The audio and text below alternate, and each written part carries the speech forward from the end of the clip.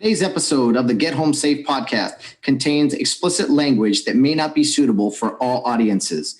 Listener discretion is advised.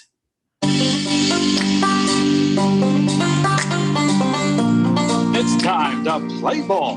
Welcome to the podcast with no limits. Whether it be sports, current events, or random thoughts, this is the place to step in and stay a while. Your host is a proud alumnus of Rio Hondo Prep, a former minor league baseball umpire, and a man with strong opinions. Welcome to the Get Home Safe podcast and your host, Matt Ursuma.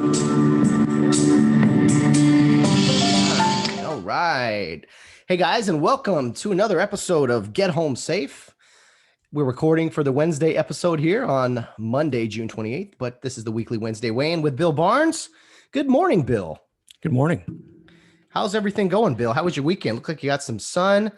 How you feeling? What's up? Well, had a good week last week. Wednesday, Thursday, did a little retreat down to Palm Desert.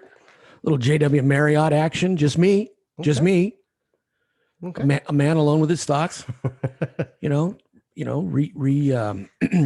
the battery. Love it.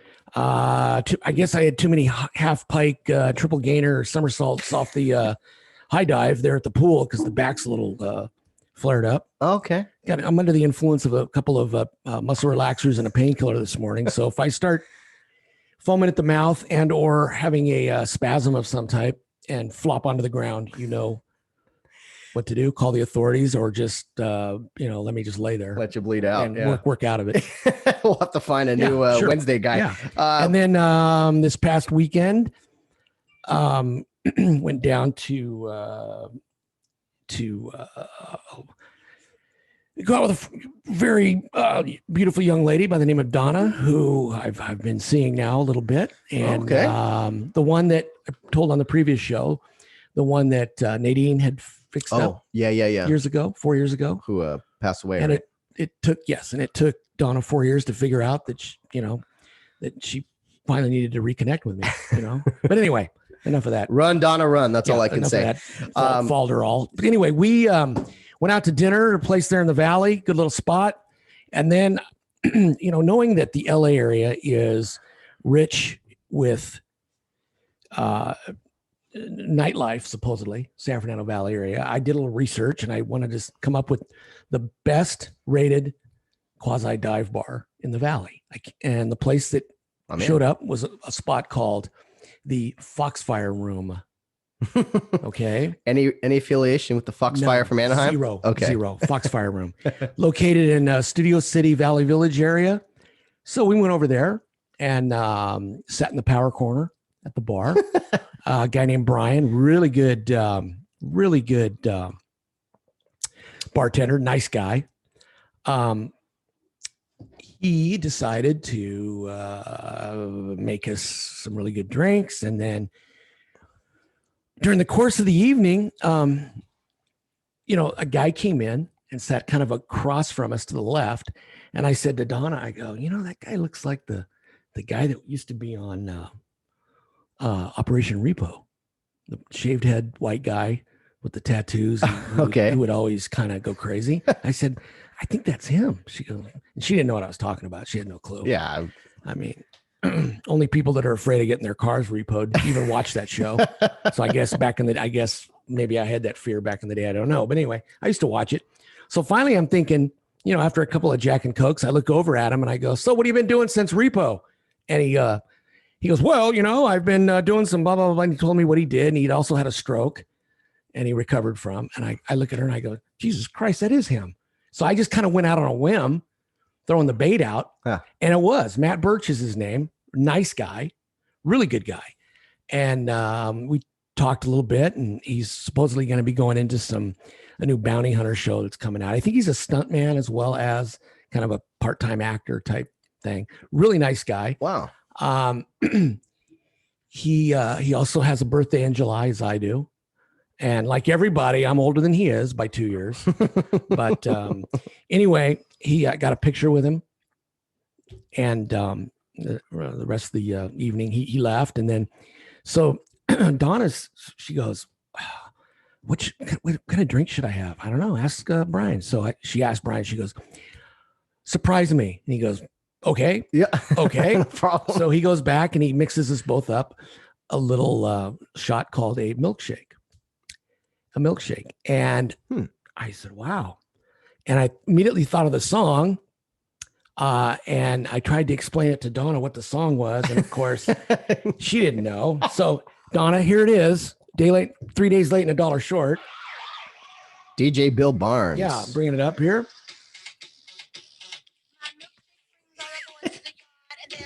See? Excuse the shitty dancing, but this is what painkillers and muscle relaxers will do to you. That's why you guys got to watch on YouTube to see Bill Barnes dance. Right. Okay. All right. So anyway, milkshake brings the boys to the yard. Yeah, and in that the milkshake the other night brought a rush to your brain to the yard. Because let me tell you something. Those were good drinks. And they'll catch up on you. Oh yeah, I bet. Catch up on you. So I looked it up. There's a few different versions of these milkshake shots, but look, you chocolate milkshake. Yes. Okay. Oh yeah. So 1 ounce of chocolate vodka, 1 ounce of chocolate liqueur, a splash of milk, and a scoop of chocolate ice cream being mixed together and put in a shot. So good stuff, huh? Real good. Wow. Real good. Because there's nothing better than a milkshake, really. But highly recommend it. Okay. Yeah. Good to know. Healthy and good for you. That's hilarious. So anyway, it was a good few days I've had, and now I'm back to the grind, and it's Monday, and here I am sitting here playing through pain, man. Yep. We appreciate it. You can't no calling in sick here on the podcast. No. I don't. Sick time is frowned upon. Absolutely. Yeah. We even had you record when you had that when I had COVID back in the day. Damn right I did. Damn right. Bill Barnes is a man of the people. I heard some great feedback from more people I record with, and someone's like, I always listen to the Wednesday show. I like that guy, Bill Barnes. A little contrast listening to you and then some of my nice guests I have on Fridays. Yeah, I was going to tune into the Friday guests, but I thought, no, if I do, I'll be struck by lightning. So I better just stay away from that. But I understand he was a very good guest. Very, very nice man. Mm-hmm. I know some folks that did tune in and they said, geez, Bill, what a contrast. You and then him. Yeah. Wow. Yeah, absolutely. Yeah, we try to get the good folks on Fridays and then let you just ramble away on Wednesdays. Yeah, so well, I try. Yeah, good stuff. Bill, I heard a joke I thought of you. Maybe it's not funny to our female audience, but hey, you know what? If they're just jokes, Joke, Mark Norman comic posted, he said, women always aim high. Do you agree, Bill? Women aim high? Yep. Sometimes they come up with the bronze. He said, women aim high. You never hear about a silver digger. Or true. It's always the gold. Always the gold. That's right. So I thought of you. And then I also, I've heard this quote before, but it was Frank. Or when they wind up with me, they got the tar and nicotine. No, I'm kidding. I don't smoke. I don't smoke. The Frank Sinatra joke. I don't know if you heard this. It was about marriage and happiness. Have you heard this before, Bill, from Frank Sinatra? No, I haven't talked to Frank in a while. No, how's he doing? It's been a while. Uh-huh. Frank Sinatra once said, and I thought of Bill Barnes, he says, a man doesn't know what happiness is until he's married. By then, it's too late. Would you? Frank had a couple those under his. He had a couple. I think four marriages. I think doesn't make him a bad guy. Hey, it happens. Just makes you popular.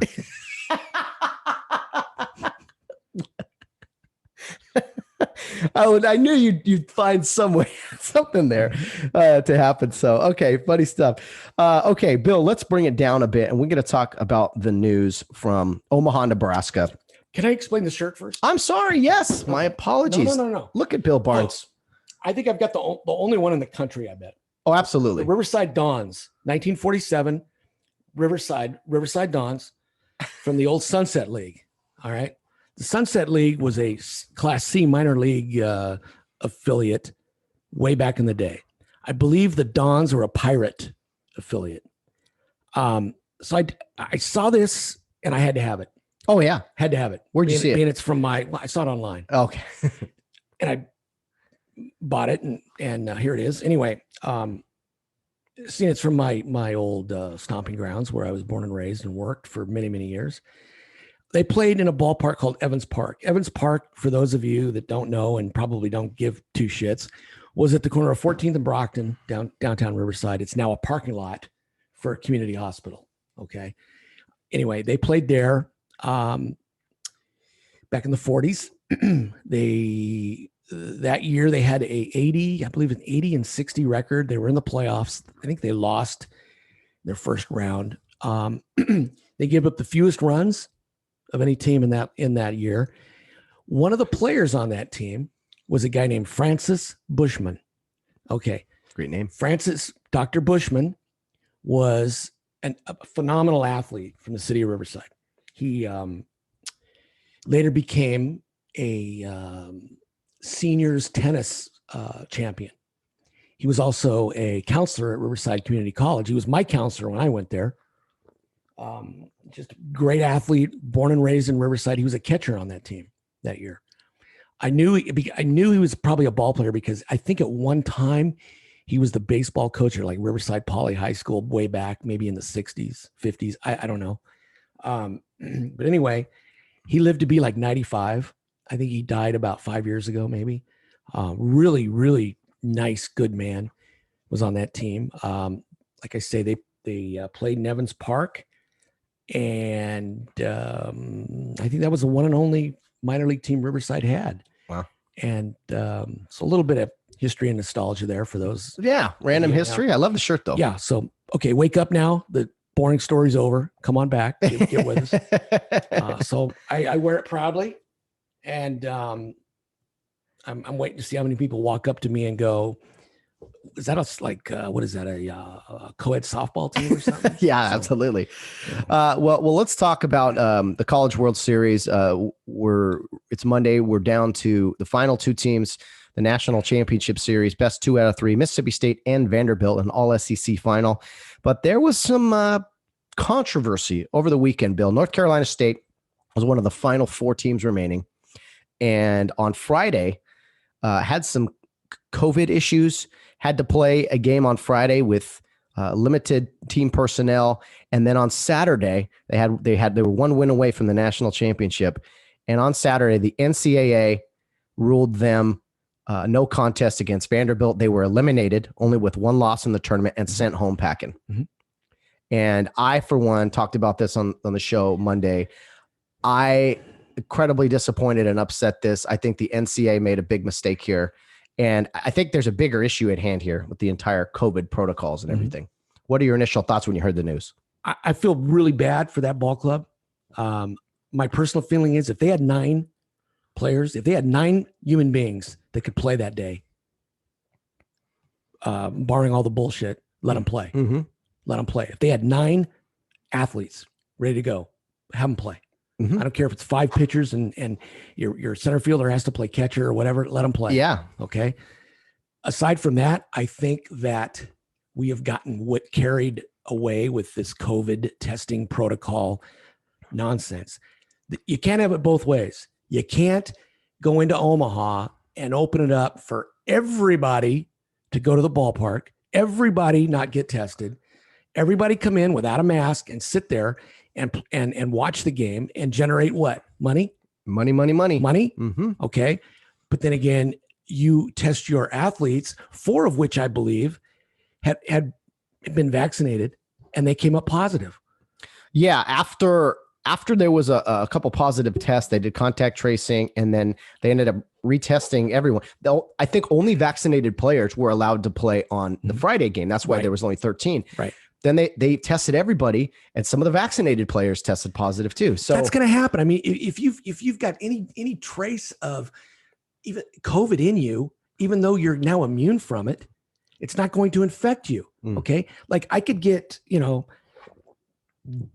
don't know something in my nose where they put the damn stick, and just because it's in there doesn't mean it's going to make me sick or you sick. I mean, so. I don't. Did these guys have any symptoms of being sick? Apparently there were some on as early as Tuesday. It was like a bug, right? But is what they described it. I posted for those of you who care, and maybe you don't, but I posted on the Get Home Safe Facebook page some information regarding this whole thing. I'm certainly not an expert at what COVID does to you after you're vaccinated or unvaccinated, even though you're in superior shape college athlete. I don't know. And I don't think the experts know. No. So what are we doing here? What they're doing is they're going to err on the side of caution. They're going to err on the side of what looks good on paper health-wise. Yes. Okay. And I think that's where their decision went. Well, here's my thing. How far do you take this thing? You send a team home early because they have some COVID issues. Meanwhile, some of those guys who tested positive were on a field with Vanderbilt on Friday. They were on a field with other umpires. They were close to in proximity to 25,000 fans. It was outdoors. I understand that, but what do you do? Because there's not positive symptoms that come up from the potential infected people later on until the tournament's over. So do you cancel the whole thing? I think we agree, and maybe we don't see eye to eye on a few things, but I think at this point, if you're going to have full stadiums and not mandate that people be tested or wear masks, there probably shouldn't be COVID protocols before the game. Which one is it? That's all I'm saying. I know. Again, it's okay for the people generating the income to walk in there with COVID symptoms, I guess, and not get tested. Yeah, as long as you pay $50 for a ticket. Yeah, sure. And that's the cheap seat too, by the way. But it's certainly frowned upon if you're one of the ball players that comes in and you test positive, even though you feel fine.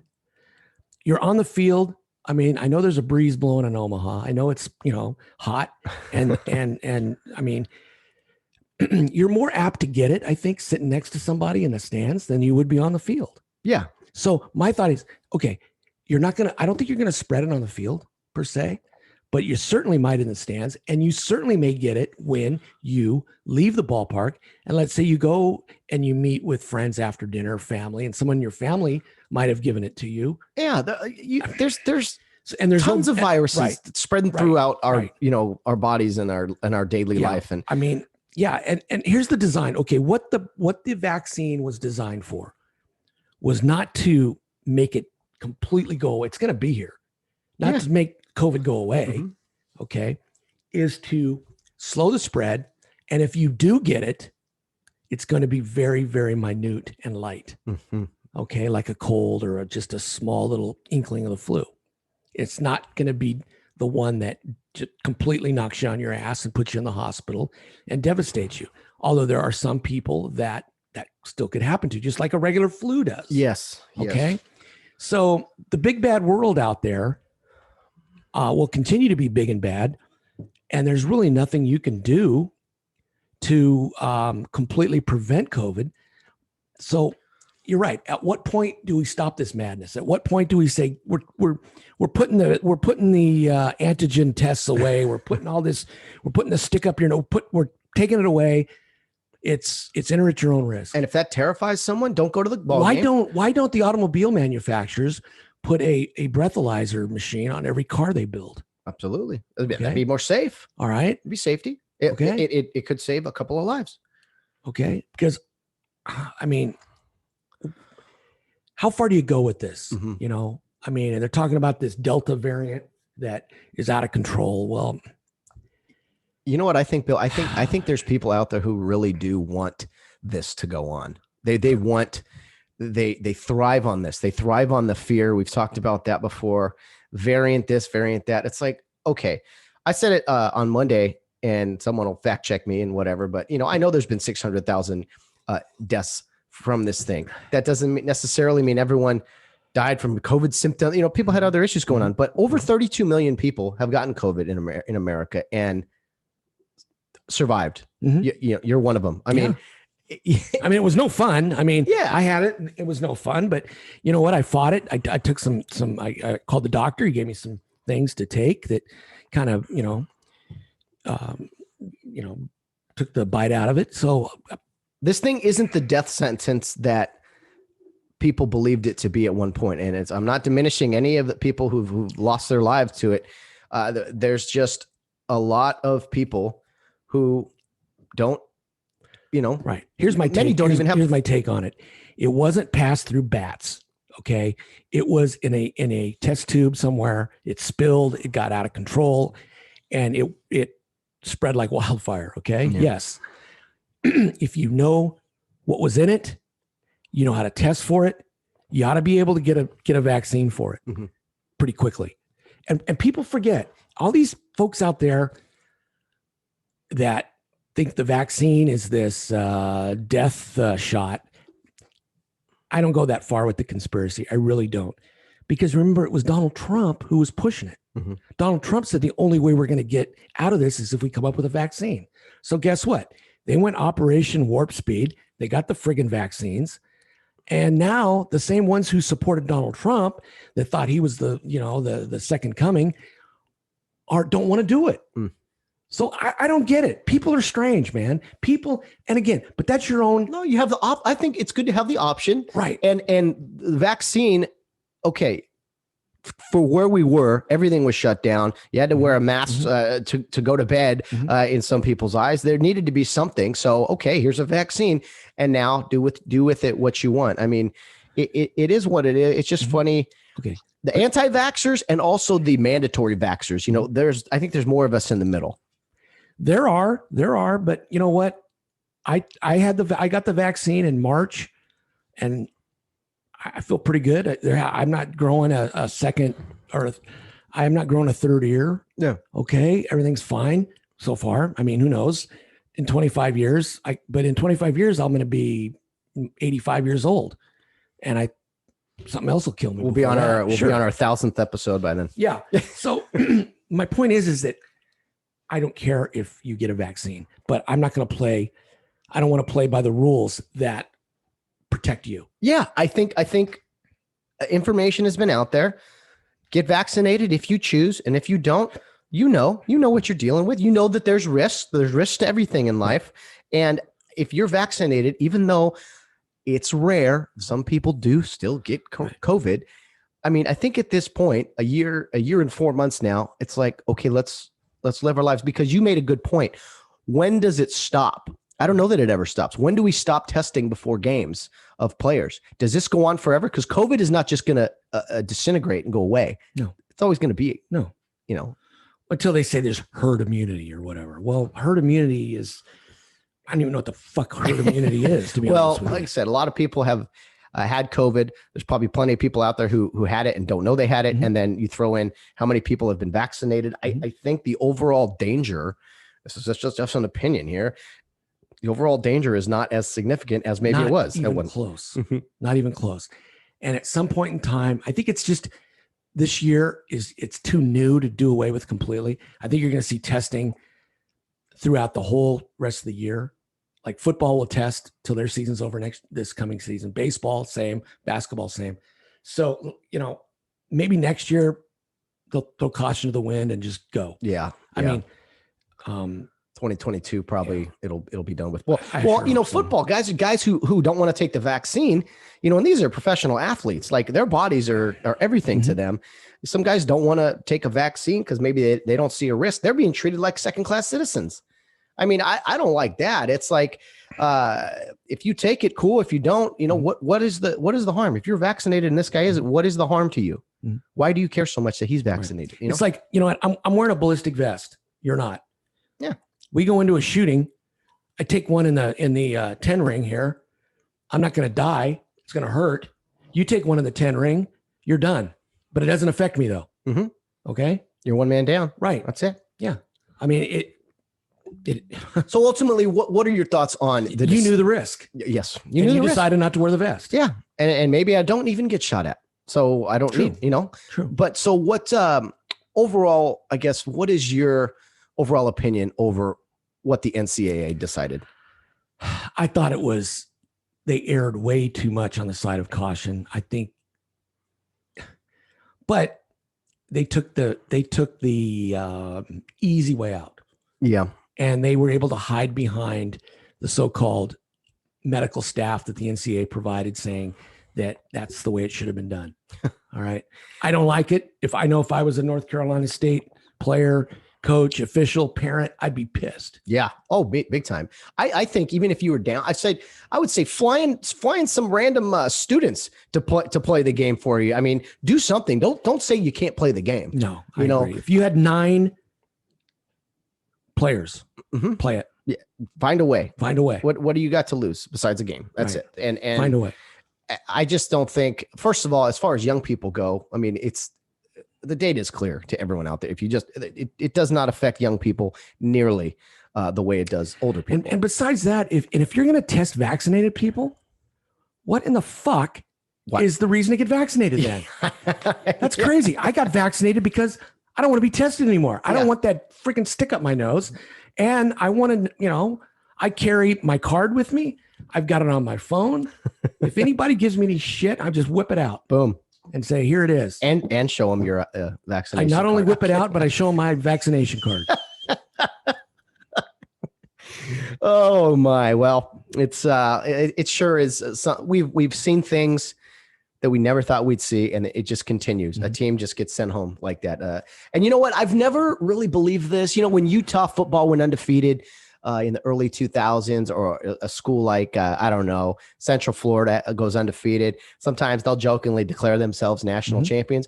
I actually would not have a problem if NC State declared themselves co-national champions. Maybe people don't agree with me, but I do. I thought this was taken from them. That's taken a little bit too far. Well, they didn't lose. One of the final 4 teams remaining, and two of the teams have 2 losses. They will be one of the only teams left standing with 1 loss at the College World Series.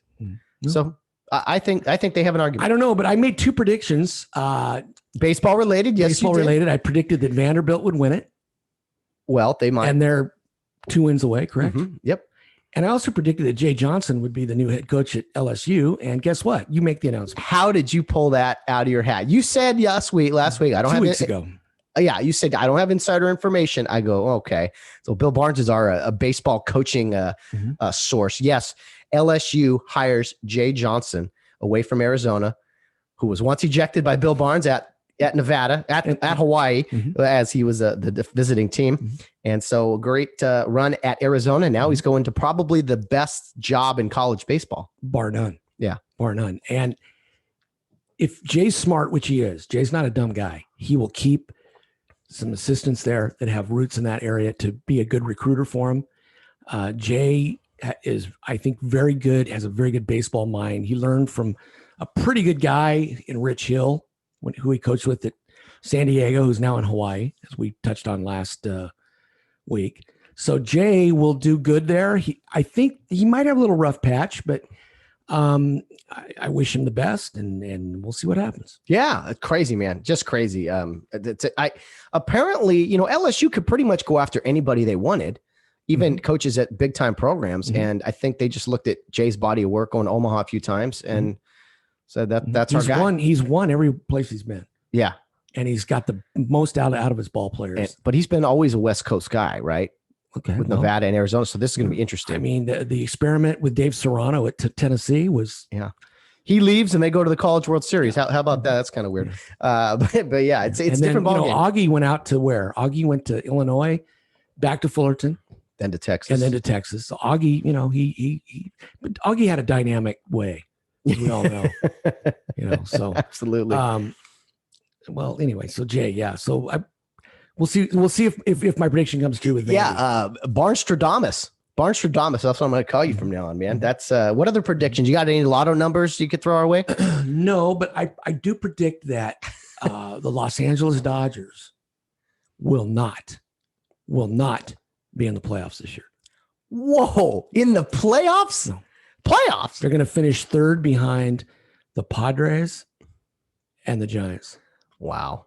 Breaking news. That would be something. Well, they keep screwing around, and you can't keep Bellinger healthy. What's his name? The pitcher that pitched last night, the lefty, Darren, the meds are kicking in. What's the lefty? Number 22. Urias? Jesus Christ. I don't think Cy Young winner, for fuck's sake. Oh, Kershaw. There you go. Well, what he's trying to say. He's been hot and cold. I mean, he was lights out last night against the Cubs. Yeah. But, we'll see. So The Giants are the first team to 50 wins in the big leagues, which I don't know. I do not know. I don't know how they're doing it. Padres and Dodgers each with 47 wins.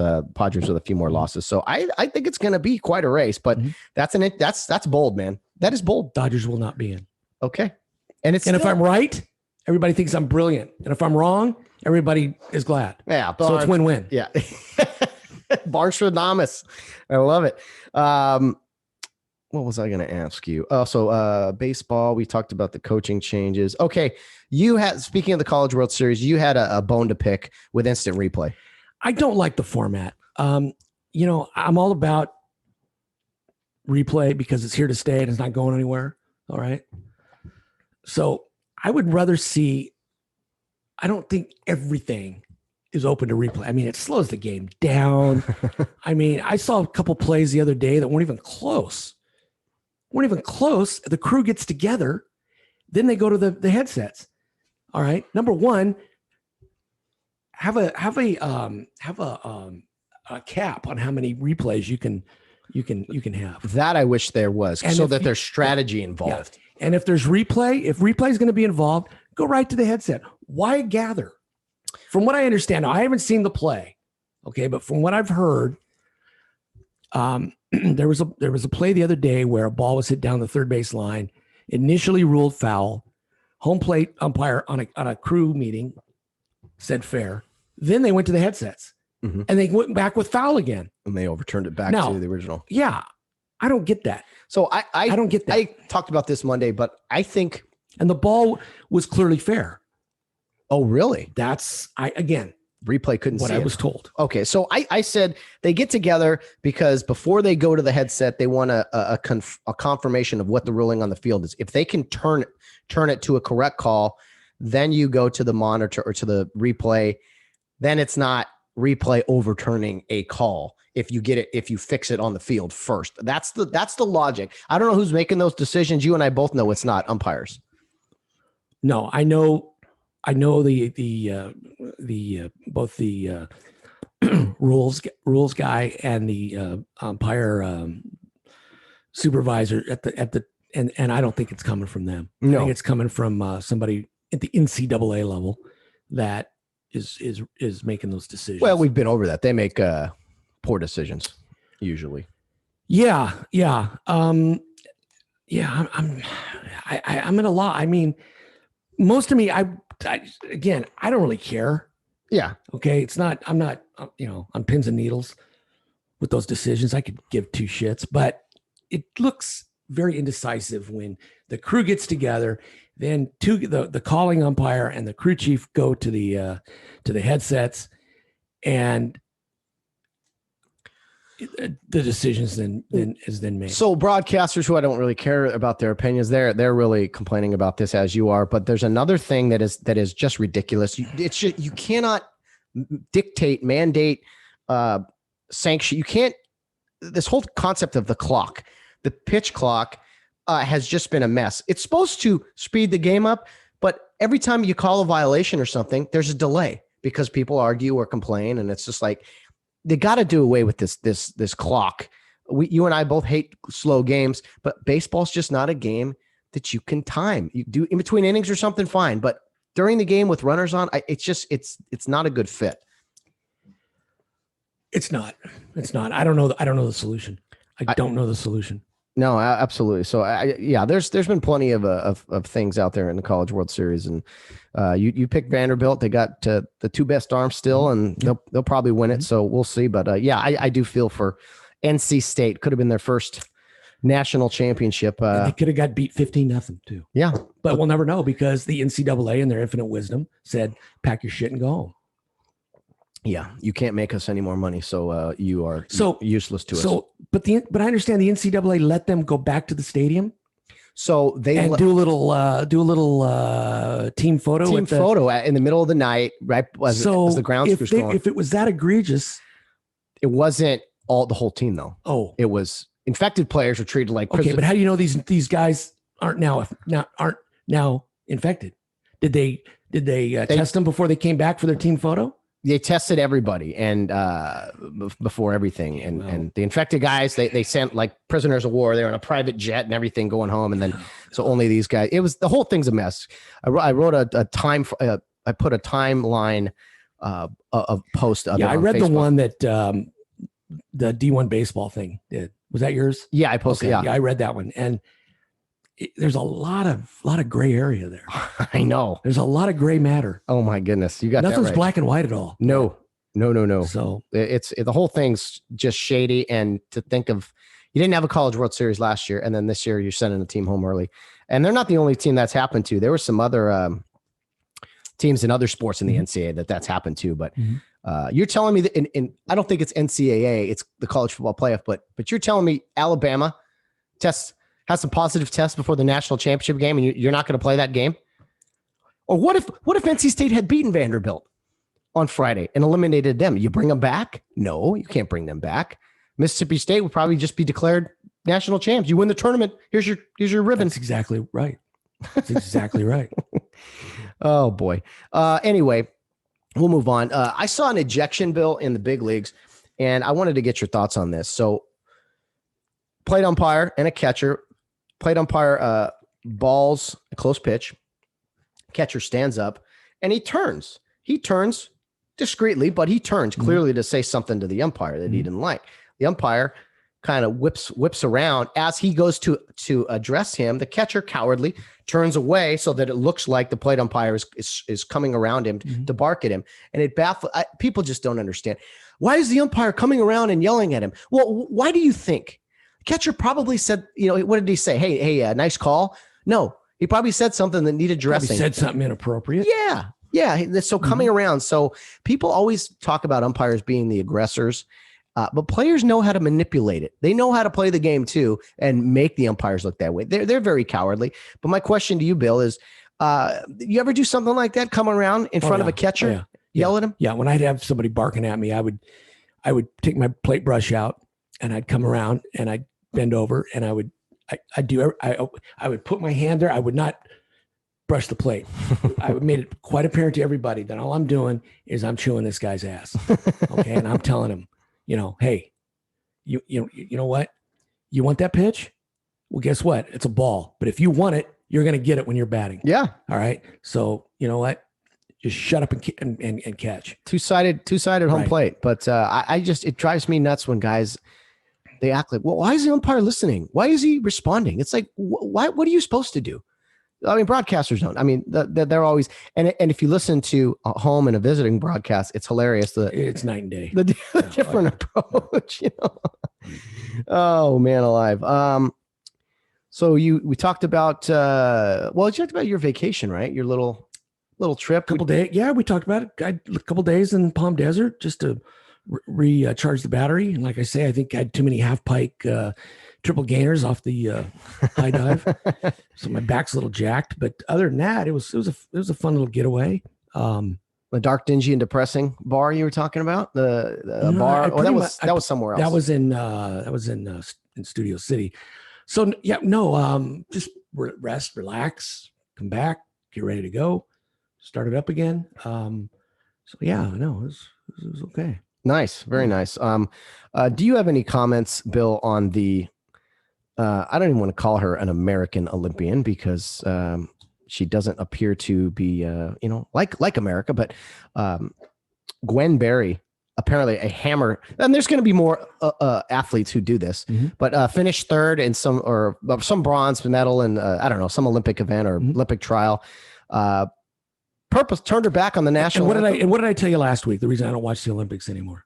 I'm trying to remember. Because it's political. Yeah, you're right. That is purely political. Okay, it's her right as an American. There's been plenty of brave men and women that have gone out and defended her right as an American to turn her back. She can do that without, facing any type of criminal liability at all.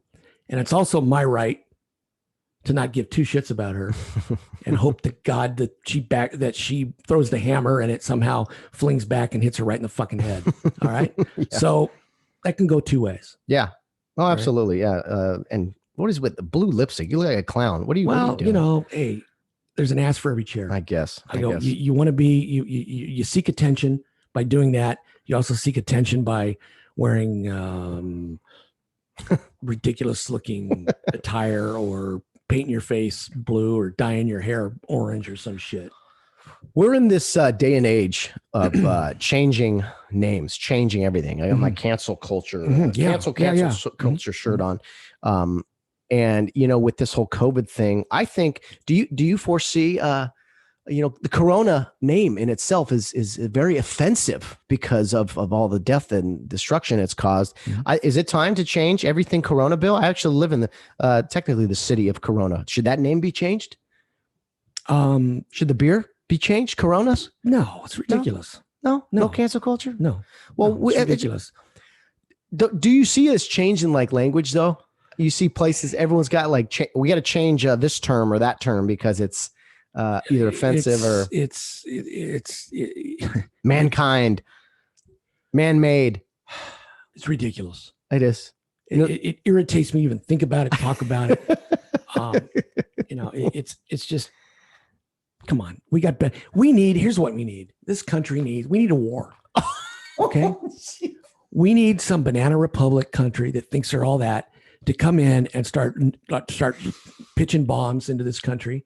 All right. And get us involved in something that we can unify and be one again. And 9/11 did that. I'm not saying 9/11 was right, but the only time we actually become United States, the United States of America, is when we're at war with someone. Okay. Not at war with Democrats versus Republicans. That has been completely divisive and sponsored by the left-wing media. All right. We need a war. Well, I don't know about all that, but I understand your point. Absolutely. I mean, the problem is the enemy's not foreign. There is no foreign enemy. The enemy is completely domestic. It's coming, the enemy within. It's coming from within and destroying us within. They destroy think of all of the traditions, all the history. It's an attack on everything America has like stood for in the past. Yeah. What happens is, you know, you're a family in a house and you're all fighting amongst yourself. There's discord, there's dysfunction. But when your next door neighbors start becoming assholes to you, you all unite and you fight back.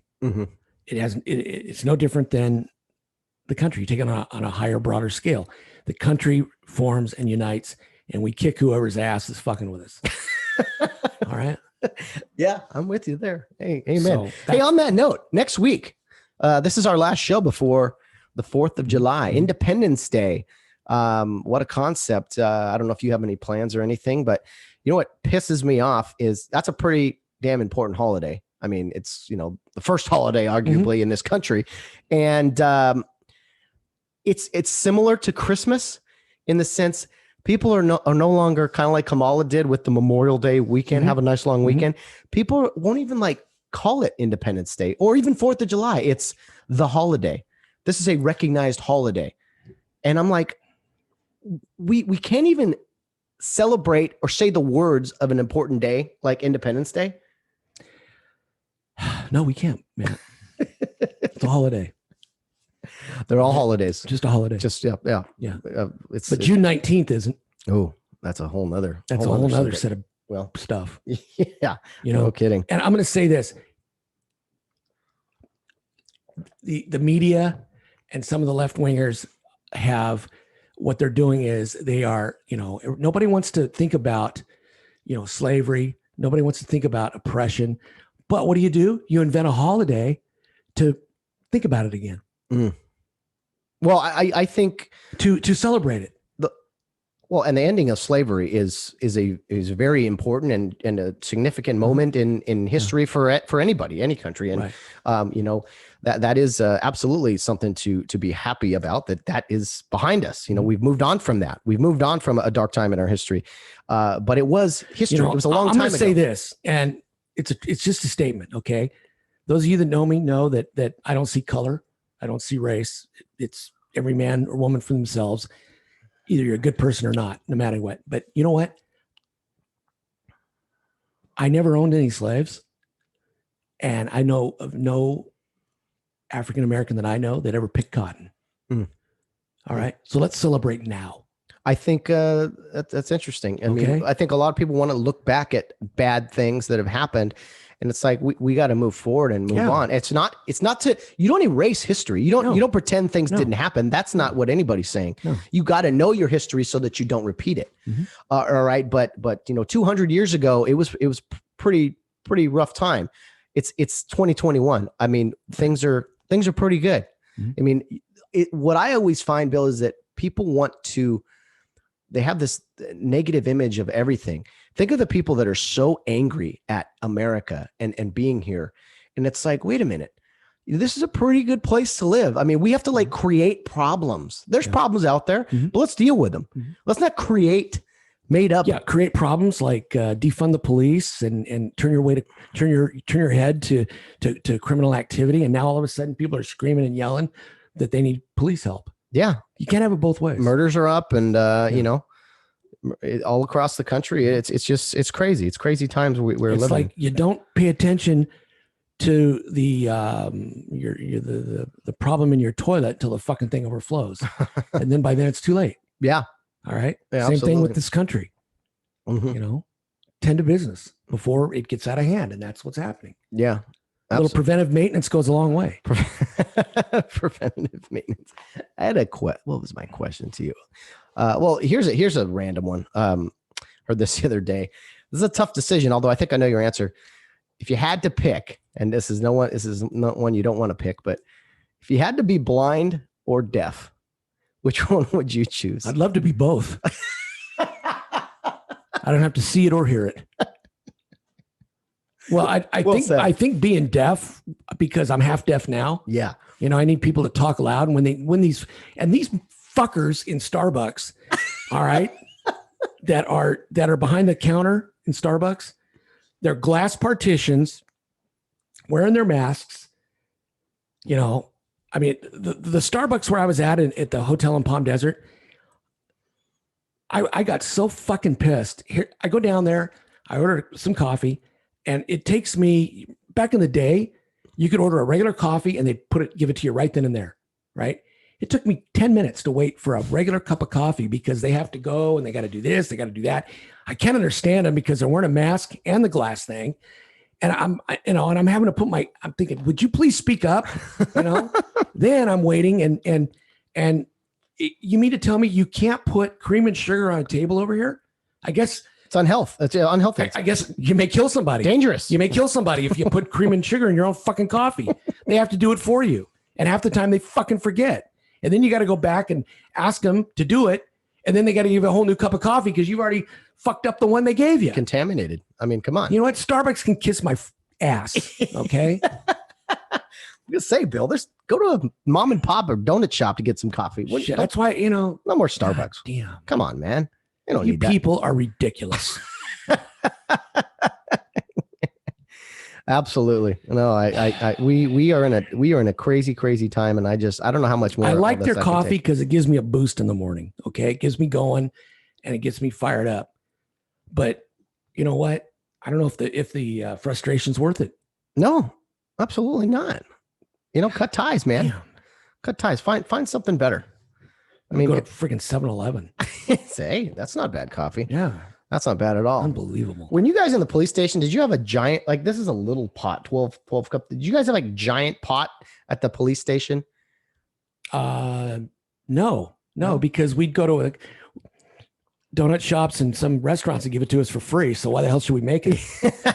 Get out of your car for a little bit. Speaking of, I didn't know you brought this up here. What? You watched me carry it up here. It's probably cold now, but I'm a little psychologically slow today. Yeah, you are a little. It's funny hearing you. There you go. Very good. Yeah, very good. See, better than Starbucks, right to you. Goddamn right. Yeah, we got cream and all that stuff. Right. Whatever you need, we let you do it on your do it yourself here on the Get Home Safe podcast. Yeah. What else? Oh, I gotta send a shout out to my boy Nick Zavala. Wish him a happy recovery. Nick was with a young lady, I think, and he was flying and he tried to land at the Big Bear Airport and he landed in some trees instead. Thank God he's going to make it and his lady friend is going to be okay. I guess Nothing says a first date like skin grafts. You've been there a time or two, huh? Yeah. Whoa. Scary situation. Any Yeah. plane crash is scary. I can't believe he. Godspeed, Nick. Godspeed. Exactly. Any major injuries or anything? I think Nick broke his leg, and like I said, the lady had some burns. Oh my goodness. And but they're going to be okay. They're going to survive. But close call. Very, very close call indeed. That is nothing to joke about, which I'm doing. No. What an asshole. Anyway, God, Bill, what a mess. Nick wouldn't have any other way. No, absolutely not. So Bill, why is your back hurting? I don't know. Probably from old age. Lifting and bending, just who knows? I don't know. Mm-hmm. But it flares up sometimes. Flares up. Old cop injury. I never worked that hard. No, never worked that hard. That is so funny. What else, man? We got a few more minutes here. What else can we dig up? We got to dig up here. Dig up how good your last guest was on that Friday. Oh yeah. Patricio, Pat Taylor. I heard great things. I didn't watch it because missionary pastor, outstanding. I have another guy on next week or this Friday, a guy who works security for the San Francisco 49ers and some NBA teams. He got out of this state and lives in Vegas and retired CHP. Good. So a great guy there. And then of course, a real Hondo prep alum upcoming. Of course. Big golfer. I'm going to record soon with, he's like the head photographer at Cal State Fullerton, who does all kinds of big sporting events. And I found out he has a podcast. Really? And I was like, hey, I'd love you to come on mine and talk about my podcast. Whatever happened to those two girls that were I don't know. They had like the Sunny Street podcast or something. I don't know if they kept it going or not. Oh, okay. Well, people don't realize it. In theory, you start this thing up and you're like, oh, I can do that. I can talk for an hour, a couple days a week, but to repeatedly do it and then get guests, like it's no joke. It's a full-time job, man. Right. No, it's tough. I mean, we've added a few things for you. You come here every week now. You've had the Facebook show. We do that. And are you getting good feedback on that as far as a little preview show?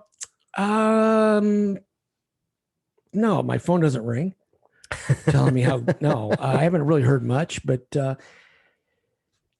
one of these days we're just going to have to really market this thing. Market it. Go out there and tell people, listen to us. So my favorite sports broadcaster radio show, Clay Travis, Outkick the Coverage. He left his radio show. He joined a new radio show. It's the Clay Travis and Buck Sexton radio show. They replaced the Rush Limbaugh. Okay. The time slot, I think on probably a lot of stations he had. I've listened all last week. It's outstanding. They are great.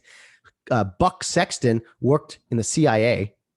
And then Clay Travis obviously has a bunch of, he's a former lawyer and has a bunch of sports kind of takes. And so I think I listening to them last week, Bill, my thought was, man, Bill and we now have a competition for the best duo in podcasting. So you're going to have to check them out. We're still head and shoulders above those guys. We just haven't been discovered yet. That's it. That's all it is. But for those listening, check out they have it in podcast form, of course. They are great. Sexton does a great impression of Fauci. It's really funny. But there's a guy dressed up and nowhere to go. Yeah. But they come common sense and facts, is kind of a lot of what they do. Common sense and facts have no business in today's society. They've been censored. No, it's gone forever. I want to see if there was anything trending here. But so what do you think are some ways we could market this show? I mean, stand on a street corner and pass out cards. What do you think? We could have a live execution. What are you talking about? Maybe let's go find that cow that didn't get to the slaughterhouse, and we'll go finish it off. What is wrong with you? Where did you? What pill? People are gonna know what pills are these? No, good stuff. Last week there was a mad escape of 40 mad cows in the city of Industry that escaped out of a slaughterhouse. Did they really? Yeah, you didn't hear that? I did not. Right up the street. Where the fuck have you been? I don't know. Yeah, I mean they escaped and one was killed by a deputy because it was charging people. 38 of them were recaptured and taken back to their death sentence, and one stayed on the loose for 3 days. And it was finally corralled, and a couple of Hollywood people decided, because of its tenacity and its ability to escape the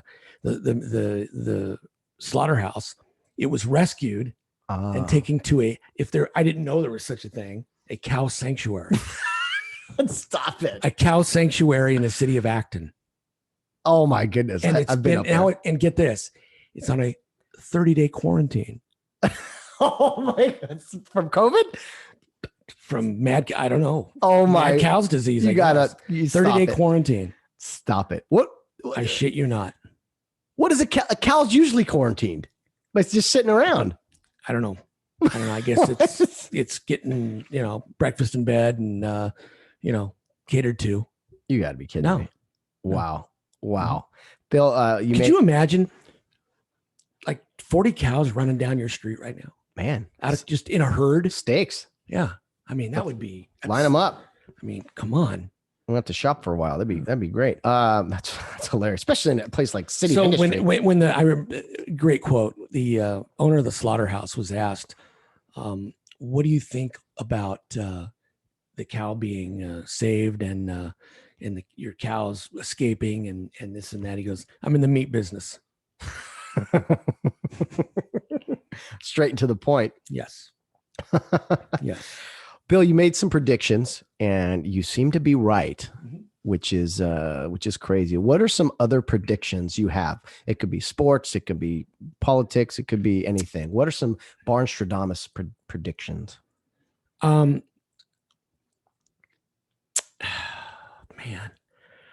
or related to the podcast, even. Do we go go up a notch? What happens with the podcast? I predict every person alive right now in the world, okay, at some point in their time will die. Breaking news. Wow. There's out on a limb. It's 100%er, I guarantee you. Yeah. No kidding. Well, you predicted Vanderbilt will win. They play Monday through Wednesday. So when people are listening to this, that you could have predicted that to be Correct. True. What do you think COVID protocols in all sports after the NFL season? There will not be COVID protocol next season in the year 2022. After football season's over, you're not going to see it. Yeah, NBA hockey, which starts in October or whatever. Yeah, that'll be done with. Done. I think people will have moved on. But the whole concept. Do you think like? Well, first of all, we should say Governor Newsom. That is happening, right? They only threw out a couple of signatures from 43 signatures. 43 signatures.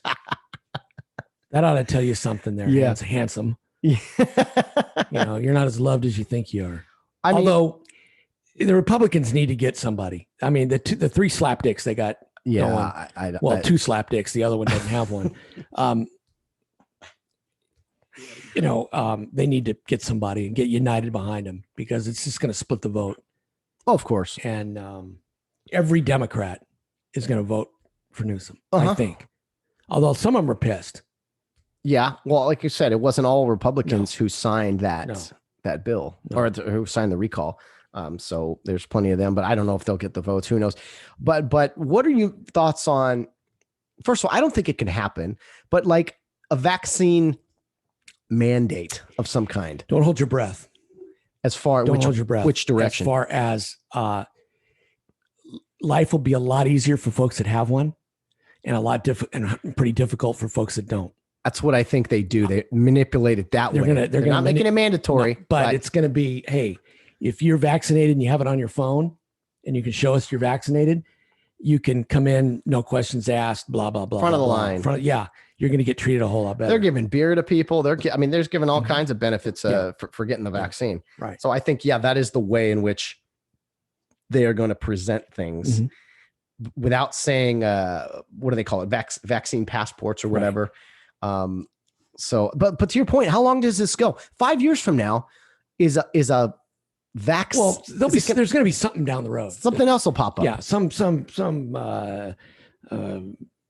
virus and dirt or something. Who knows? That's been my biggest fear with this whole thing is the precedent that it has set with how we treat these types of situations. I mean, maybe it's a 100-year thing. What was the Spanish flu in like 1918 or whatever? Almost 100 years to the day. Yeah.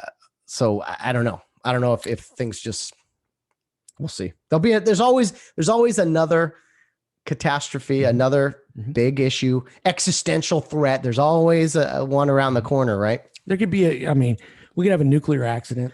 Dude, did you see that that Miami apartment complex? Yeah. Oh my God. How when you don't pay attention to the cracks in the wall, the walls are going to fall. Oh my God. How awful. Sitting in your apartment and collapse and kills you or wounds you. I mean, just crazy things can happen. We'd have a massive earthquake right now. I hope we don't. Yeah. Bring it. Let's go. That'll put an end to COVID. I guarantee you. Yeah, no kidding. COVID, the sequel. Yeah, we need to end it. But anyway, Bill, we're about 58, 59 minutes or so. Whatever. We've kept the attention span to those, and anything longer than this, they're going to tune out. Yeah, I was like, turn these guys off if we haven't been censored yet, which I'm sure we will. Well, I hope so. The more and more we talk about COVID and things, I just think that someone out there wants to push a button and get rid of us. By all means, give me, it'll enrich my life so much. Yeah. Well, milkshake shots and painkillers. And painkillers. Oh God. Recipe for disaster. That would be absolute. You would be completely in the supine position indefinitely if that happens. Oh boy. Well, you got to get some rest. Thanks for being here, Bill. I know you're in some pain, but appreciate you playing through it. Oh, you have to. No other choice. You have to. You got to get up there and take your swings and make sure that you get home safe. Well said, sir. Well, guys, on that note, that will wrap up this week's edition of the Weekly Wednesday Weigh-In, a conversation with my good buddy, Bill Barnes. Until next week, Bill, should be fun. Guys out there, no matter what you're doing, whether you're out on the town or around at third base, get home safe.